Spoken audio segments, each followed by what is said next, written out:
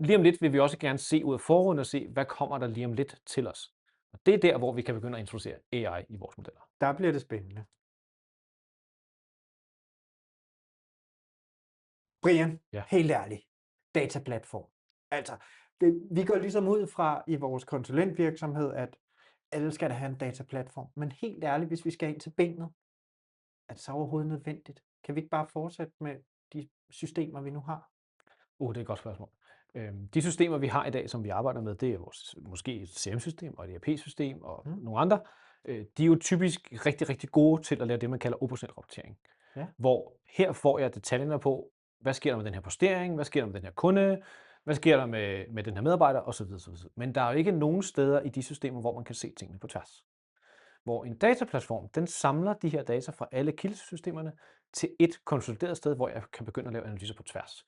Og jeg kan faktisk lave de analyser på et meget, meget højt detaljeniveau, altså hvor jeg har alle detaljer med, og jeg kan også aggregere det op eller summere det op og lave sådan noget bestyrelsesniveau rapportering til, hvordan går det faktisk i min forretning. Mm.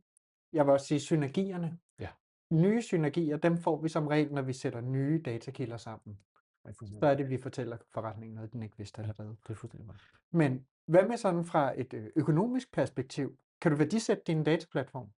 Det er svært. Nej. Jeg vil sige, som udgangspunkt, så har jeg den holdning, at man skal ikke værdiansætte sin dataplatform. Det er vi kan sidestille det med, at du har din økonomifunktion, din finansfunktion, der laver dit regnskab og dine posteringer. Det er et krav for, at din virksomhed den overlever.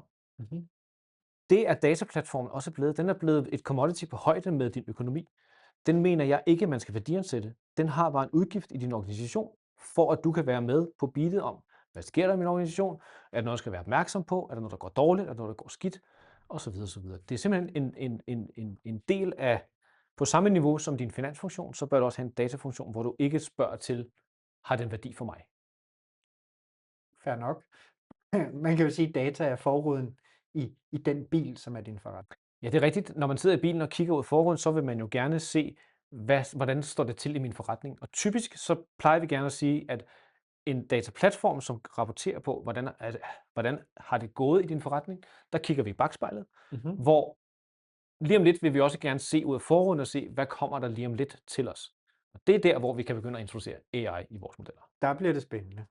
Og så er det jo også, at vi kan begynde at lægge vores budgetter på med intelligens. Ja, Ikke i sandt? hvert fald med noget input til, hvordan står vores forretning til, og hvad sker der, hvis jeg retter det her budget, eller i det her forecast? Kan der så være nogle interaktioner på vores data, som gør, at vi skal lige genoverveje, om budgettet nu også skal være lige præcis det her tal? Der kan vi bruge AI. Nu snakker vi jo tit med CFO'erne, og de vil jo gerne vide, kan vi spare noget på en dataplatform? Det vil jeg sige, ja, vi kan konsolidere alt vores dataarbejde på en dataplatform, og så af den måde måske spare nogle andre steder. Så altså, måske vi kan spare, men det er ikke det, det handler om. Det synes jeg ikke. Det er en commodity.